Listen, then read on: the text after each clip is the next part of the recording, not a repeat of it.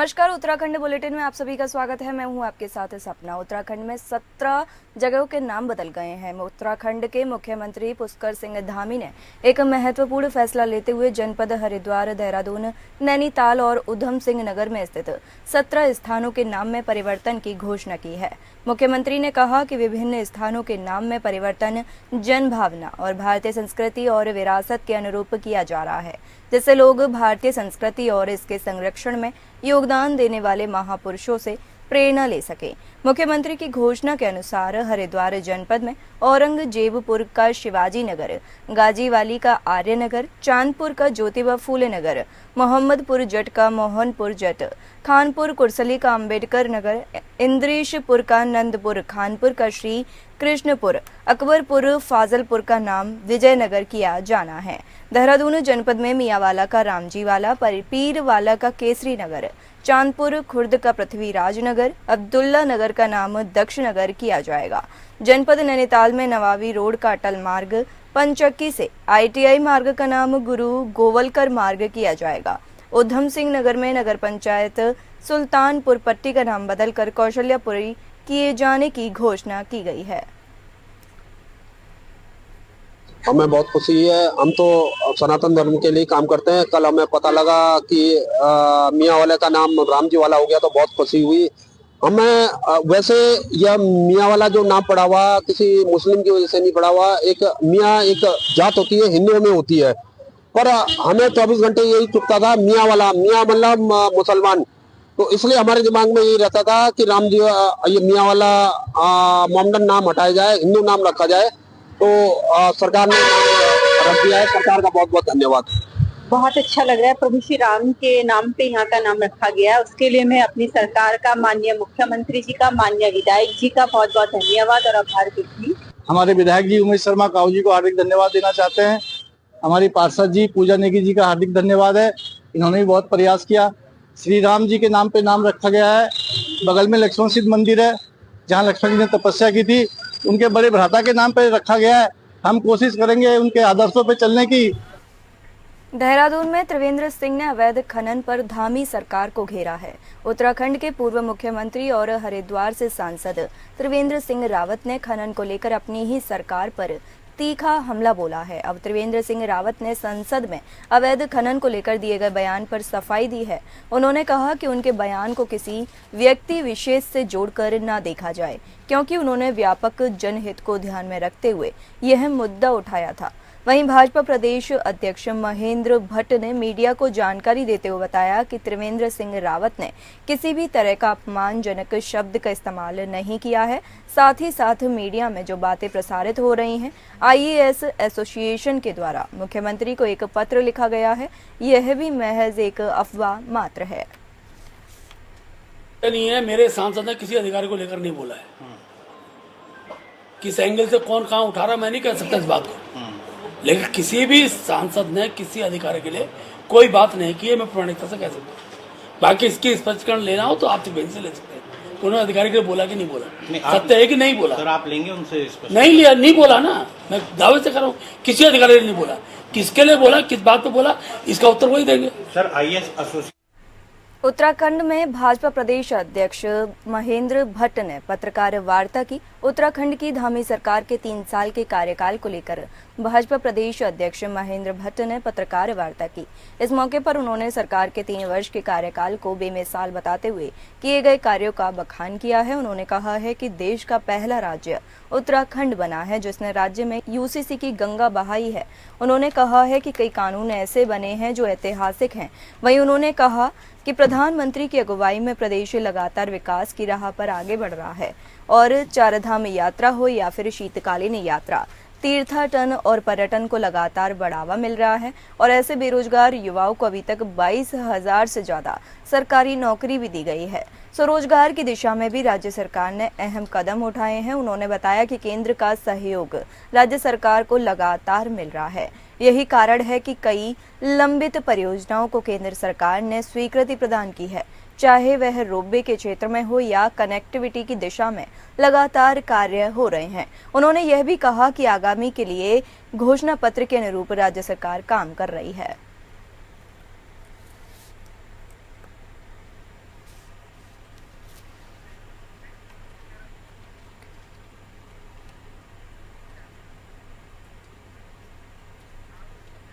पूर्व मुख्य सचिव राधा रतूड़ी का कार्यकाल समाप्त हो गया है, जिसके बाद नवनियुक्त मुख्य सचिव आनंद वर्धन ने बतौर मुख्य सचिव कार्यभार संभाला। मुख्य सचिव के तौर पर शपथ लेते ही आनंद वर्धन द्वारा प्रदेश की आजीविका में वृद्धि, पलायन, प्रदेश की आधारभूत संरचना पर प्रदेशवासियों को बेहतर सुविधाएं उपलब्ध कराना अपनी प्राथमिकता बताई है। आपको बताते चलें, मुख्य सचिव राधा रतूड़ी, जिन्हें की 30 सितंबर को पदमुक्त किया जाना था, उन्हें उत्तराखंड में आयोजित निकाय चुनाव के चलते 6 माह का कार्य विस्तार दिया गया था, जिसके बाद बीते दिन आनंद वर्धन को मुख्य सचिव के तौर पर जिम्मेदारी सौंपी गई है। तो इस राज्य के लिए लाइवलीहुड, जिसमें कि आपकी employability, skill development, reverse migration, ये सारा इसमें इंक्लूडेड होता है। तो लाइवलीहुड कैसे बढ़ाई जाए, उसके कैसे अवसर खोजे जाएं नए नए, तो लाइवलीहुड का विकास सबसे पहला प्राथमिकता रहेगा। के अतिरिक्त हमारी और भी इम्पोर्टेंट इश्यूज जैसे वाटर कंजर्वेशन। वाटर एक बहुत ही महत्वपूर्ण सेक्टर है जो कि आज पूरा देश ही नहीं, पूरी दुनिया इस समस्या से जूझ रहा है। तो ये सब प्रमुख क्षेत्र हैं जहां पर सरकार फोकस करती है और सरकार की प्राथमिकताओं को धरातल पर उतारना ये हम सबों की जिम्मेवारी है। सर, देहरादून में कूटू के आटे खाने से कई लोग बीमार हो गए हैं। देहरादून में कूटू के आटे से लोगों के बीमार होने के प्रकरण में वरिष्ठ पुलिस अधीक्षक देहरादून को सीएम धामी ने तत्काल संबंधित के खिलाफ सख्त कार्रवाई के निर्देश दिए हैं, जिसके क्रम में तत्काल 2 घंटे के अंदर ही पुलिस द्वारा 22 दुकानों को चिन्हित कर उन पर रेड कर सील कर दिया गया, जहां से लोगों द्वारा कूटू के आटे को खरीद कर उसका सेवन किया गया था, जिससे उनका स्वास्थ्य खराब हो गया था। पुलिस प्रशासन की टीमों द्वारा लगातार उक्त दुकानों और स्टोरों में रेड मारकर ऐसे सभी खाद्य पदार्थों को सीज किया गया जिसमें मिश्रण किए जाने की संभावना है। दुकानदारों को थाने लाकर पूछताछ की जा रही है। अब तक की प्राथमिक पूछताछ में जानकारी मिली कि उक्त कूटू के आटे का मेन सप्लायर सहारनपुर का है, जिस संबंध में जिलाधिकारी सहारनपुर से वरिष्ठ पुलिस अधीक्षक देहरादून ने वार्ता कर सप्लायर के गोदाम में कार्रवाई करने हेतु बताया कि संबंध में सहारनपुर में कार्रवाई की जा रही है और देहरादून से भी तत्काल एक पुलिस टीम गठित कर सहारनपुर के लिए रवाना की गई है।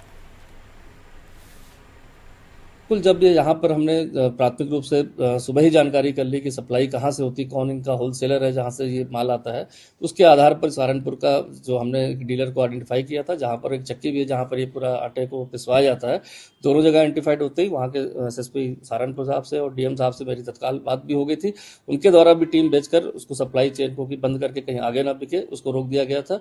साथ ही साथ हमारी टीम भी सहारनपुर पहुंच चुकी है इन्वेस्टिगेशन में, तो जो भी चीज़ें आती हैं उसमें वहाँ कितना माल मिलता है, कहाँ कहाँ और सप्लाई हुआ है, उनके हम वाउचर्स वगैरह को बिल को चेक करेंगे और अगर जो भी जानकारी वहाँ से मिलेगी वो देहरादून में खासकर या उत्तराखंड में कहीं भी सप्लाई होगी संबंधित जिलों को तत्काल भेजी जाएगी। ठीक है, चलिए बढ़ते हैं अगली खबरों पर। हिंदुवादी नेत्री साध्वी प्राची ने पुरुष आयोग बनाने की मांग की है। लगातार सामने आ रहे पुरुषों के उत्पीड़न के मामलों के बाद साध्वी प्राची ने प्रधानमंत्री नरेंद्र मोदी से पुरुष आयोग बनाने की मांग की है।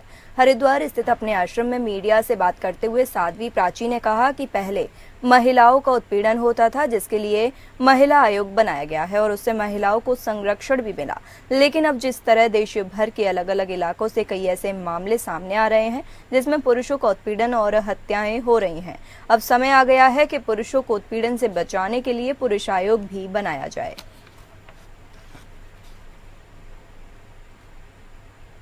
आज के जो वर्तमान के हालात है, महिलाओं का उत्पीड़न 20% है, 80% बेटों का उत्पीड़न हो रहा है, पुरुषों का उत्पीड़न हो रहा है। इसीलिए महिला आयोग के साथ भारतीय जनता पार्टी की सरकार इस पर विचार करे और मैं हाथ जोड़ करके मोदी जी, अमित शाह जी, देश के ऊपर ये उपकार कर दो, घर बस जाए लोगों का, जहां महिला आयोग है वहां एक पुरुष आयोग भी बना दो। मुझे उम्मीद है केवल और केवल भारतीय जनता पार्टी की सरकार ही ये काम कर सकती है। मेरठ की घटना सरकार में बैठे हुए लोगों ने भी देखा होगा, उनका भी दिल पसीजा होगा। कई सालों से मैं देख रही हूँ, 7-8 सालों से, कि ये घटनाएं दिन पर दिन बढ़ती जा रही, इसीलिए पुरुष आयोग बहुत जरूरी। ज्यादा जानकारी के लिए हमारे साथ जुड़े हुए हैं रुपेश वालिया। रुपेश, सरकार क्या कार्रवाई अमल में लाएगी? देखिए, विश्व हिंदू परिषद की फायर ब्रांड नेत्री हैं साध्वी प्राची, जिन्होंने पुरुष आयोग बनाने की मांग की है। उनका साफ साफ कहना यह है कि जिस तरीके से महिला उत्पीड़न के नाम पर महिला आयोग का गठन किया गया था, तो वैसे ही अब पिछले कुछ दिनों से देखने में आ रहा है कि पुरुषों का उत्पीड़न भी लगातार हो रहा है। उसके लिए उन्होंने कई घटनाएं भी बताई हैं कि कुछ ऐसी घटनाएं हुई हैं जिनमें पुरुषों का उत्पीड़न हुआ है। तो ऐसे में उन्होंने एक अजीबोगरीब मांग ये रख दी है कि पुरुष आयोग का भी गठन किया जाना चाहिए, जिससे जो महिलाएं पुरुषों का उत्पीड़न करती हैं उन्हें न्याय और इंसाफ मिल सके। तो इसके लिए उन्होंने प्रधानमंत्री नरेंद्र मोदी को और गृह मंत्री अमित शाह को भी पत्र लिखा है और पत्र के माध्यम से यही मांग की है कि जिस तरीके से महिलाओं के संरक्षण के लिए महिला आयोग का गठन किया गया था, वैसे ही फिलहाल की जो स्थिति बन रही है उसमें महिलाएं जो है पुरुषों का उत्पीड़न कर रही हैं। तो ऐसे में पुरुष आयोग बनाना बिल्कुल नियम संगत रहेगा और इसलिए पुरुष आयोग बनाने की मांग उन्होंने प्रधानमंत्री और देश के गृह मंत्री अमित शाह से की है। अब देखते हैं कि उनके इस पत्र पर केंद्र सरकार क्या कार्रवाई करती है, क्योंकि राज्य सरकार से जुड़ा हुआ मामला तो नहीं है, तो इसलिए केंद्र सरकार ही उनके पत्र पर कोई न कोई कार्रवाई कर सकती है। जी, बहुत बहुत धन्यवाद रुपेश हमें यह जानकारी देने के लिए।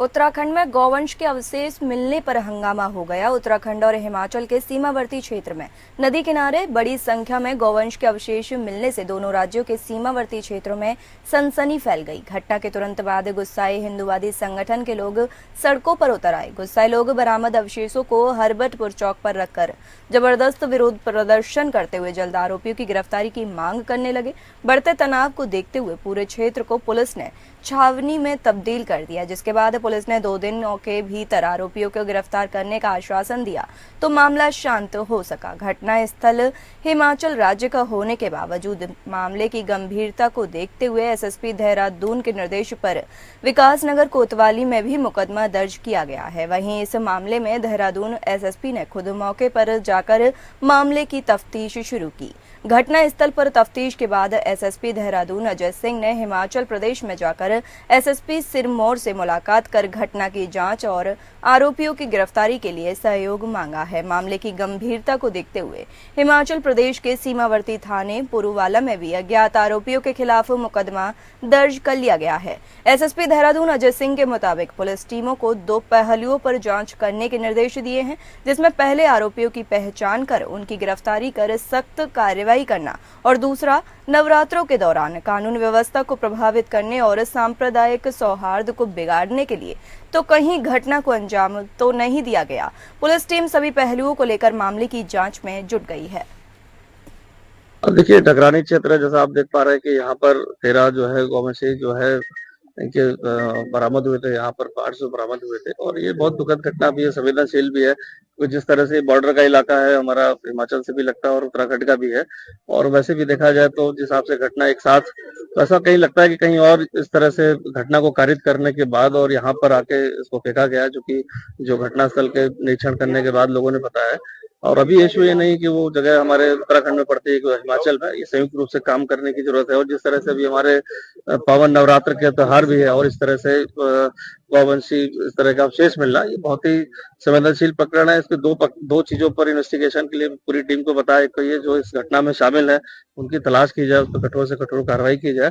साथ ही साथ जिस तरह से अभी पावन ये पर्व भी चल रहा है नवरात्रि का, इस दौरान इस तरह की घटना का प्रकाश में आना, इस तरह से गौवंशी को वध करके उनके अवशेषों को फेंकना, तो कहीं ना कहीं ऐसा लगता है कि कानून व्यवस्था को प्रभावित करने के लिए, सांप्रदायिक सौहार्द को बिगाड़ने के लिए भी कुछ सुनियोजित षड्यंत्र हो सकता है। तो दोनों पहलुओं पर हम इस पे इन्वेस्टिगेशन भी करेंगे। हमारी जो लाइव टीम है उनको भी बताया, और अभी हम अपने काउंटर पार्ट जो हमारे हैं उनसे भी जाके अभी एक बार मीटिंग करेंगे कि इस तरह के जो असामाजिक तत्व हैं जो सक्रिय हैं क्षेत्र में, उन पर कंबाइंड रूप से हिमाचल पुलिस और उत्तराखंड पुलिस, खासकर देहरादून पुलिस मिलकर काम कर रहे हैं। ज्यादा जानकारी के लिए हमारे सहयोगी मनीष उपाध्याय हमसे जुड़ चुके हैं। मनीष, क्या पूरा मामला है और पुलिस किस तरीके से कार्रवाई कर रही है? देखिए, कल का मामला है और उत्तराखंड और हिमाचल के जो सीमावर्ती क्षेत्र में नदी पड़ती है उसका यह मामला है, जिसमें एक बड़ी संख्या में जो है गौवंश के शव मिलने से हड़कंप मच गया। और जिसके बाद जो हिंदू संगठन है उन्होंने जो है इनके अवशेषों को हरबटपुर चौक पर रखकर जबरदस्त प्रदर्शन किया, जिसके तनाव को देखते हुए फिर एसएसपी देहरादून मौके पर पहुंचे, जिसके बाद जो है विकास नगर में भी मुकदमा अज्ञात के खिलाफ दर्ज किया गया है। वहीं इस मामले में एसएसपी ने खुद मौके पर तफ्तीश शुरू की। घटनास्थल के के बाद एसपी देहरादून अजय सिंह ने हिमाचल प्रदेश में जाकर एसएसपी सिरमौर से मुलाकात कर घटना की जांच और आरोपियों की गिरफ्तारी के लिए सहयोग मांगा है। मामले की गंभीरता को देखते हुए हिमाचल प्रदेश के जो सीमावर्ती थाना से पड़ता है पुरुवाला में भी अज्ञात आरोपियों के खिलाफ जो है मुकदमा दर्ज किया गया है। इसमें जी बहुत बहुत धन्यवाद मनीष, हमें यह जानकारी देने के लिए।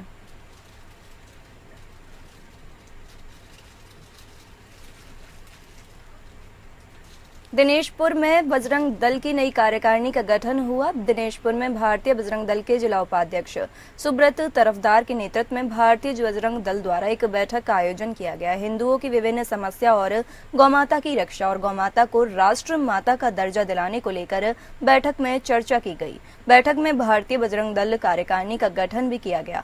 अमित मंडल को भारतीय बजरंग दल का ब्लॉक अध्यक्ष बनाया गया। साथ ही जिला और ग्रामीण क्षेत्रों के कार्यकर्ताओं को भी जिम्मेदारी दी गई। इस दौरान भारतीय बजरंग दल के जिला उपाध्यक्ष सुब्रत तरफदार ने कहा कि वर्तमान में हमारे द्वारा एक अभियान के माध्यम से गौरक्षा की सुरक्षा अभियान चलाया जा रहा है। सरकार तो खाली घोषणा करती है हम ये करेंगे वो करेंगे, लेकिन उस मैटर में सरकार कुछ नहीं कर पाती। उस वजह से देखा जाता है आम लोग ज्यादा परेशान होते हैं। तो हमारा एक संकल्प है कि जो गाय रास्ते में जो गाय माता एक्सीडेंट होता है या कुछ होता है तो उस प्रोसेस में क्या करना चाहिए कि नहीं, उस मैटर में बैठक हुआ है आपके माध्यम से हमें बहुत मार्गदर्शन प्राप्त हुआ है। खटीमा में आरएसएस की पथ संचलन यात्रा निकाली गई। खबर उधम सिंह नगर की सीमांत खटीमा से है, जहां राष्ट्रीय स्वयंसेवक संघ के स्वयं सेवकों द्वारा खटीमा के महाराणा प्रताप इंटर कॉलेज में एकत्रित होकर पथ संचलन यात्रा निकाली गई। इस यात्रा के दौरान क्षेत्र के सभी राष्ट्रीय हिंदू परिषद के सभी स्वयं सेवकों द्वारा प्रतिभाग किया जा रहा है और खटीमा के विभिन्न चौराहों से होते हुए मुख्य चौराहे तक पद संचलन करते हुए महाराणा प्रताप इंटर कॉलेज खटीमा में एकत्रित हुए। इसके बाद वहां योग इत्यादि का आयोजन किया गया। स्वयं सेवकों का कहना था कि चैत्र नवरात्र के प्रथम दिन से हिंदू नववर्ष भारतीय नववर्ष प्रारंभ होता है। अपनी भारत की संस्कृति को पहचानने के लिए यह पथ संचलन यात्रा की जा रही है।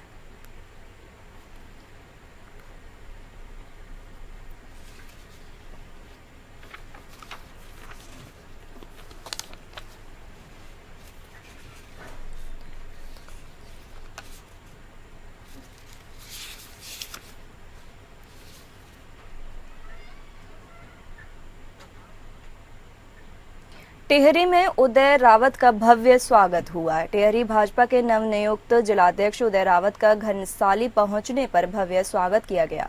सोमवार टिहरी भाजपा के जिलाध्यक्ष बनने पर पहली बार घनसाली पहुंचे उदय रावत का विधायक शक्तिलाल शाह के नेतृत्व में नगर पंचायत अध्यक्ष आनंद विष्ट, गोविंद सिंह राणा और मंडल अध्यक्ष हयात कंडारी, अनूप विष्ट, कुलदीप सिंह रावत सहित भाजपा कार्यकर्ताओं ने जोरदार स्वागत किया। घनसाली बैरियर से होटल श्रीराम तक ढोल नगाड़ों के साथ रैली निकाली गई और परिचय सम्मेलन का आयोजन किया गया।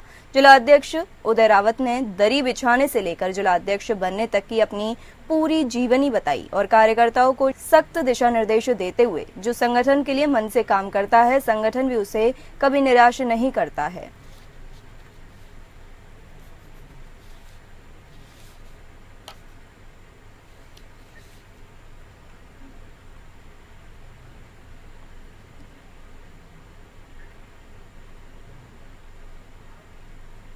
अल्मोड़ा में वनाग्नि पर एक दिवसीय प्रशिक्षण हुआ। फायर सीजन शुरू होते ही वन विभाग के लिए वनाग्नि पर काबू पाना एक बड़ी चुनौती है। गर्मी का सीजन शुरू होते ही जंगलों में आग लगने का सिलसिला शुरू हो जाता है। वहीं अल्मोड़ा जिले के विकास खंड सल्ट में प्रभागीय वनाधिकारी अल्मोड़ा दीपक सिंह, उप प्रभागीय वनाधिकारी रानी खेत काकुल पुंडीर के निर्देश पर मास्टर क्रूज स्टेशन मोहान में एक दिवसीय प्रशिक्षण दिया गया। प्रशिक्षण कार्यक्रम की अध्यक्षता वन क्षेत्राधिकारी मोहन गंगा सरन ने की। वन क्षेत्राधिकारी मोहन गंगा सरन ने प्रशिक्षण कार्यक्रम में क्रूज स्टेशन प्रभारी वन कर्मियों को वनाग्नि रोकने के क्रूज स्टेशन में व्यवस्था को चौक चौबंद करने के निर्देश भी दिए। ड्यूटी के दौरान सभी कर्मचारी और फायर वाचरों को मौके पर तैनात रहा, जिससे कि वनाग्नि घटनाएं तत्काल रोकी जा सकें। सड़क के दोनों ओर सफाई करने, नियंत्रित दाहन करने, स्थानीय ग्रामीणों के साथ गोष्ठी के माध्यम से जागरूकता करने को भी कहा।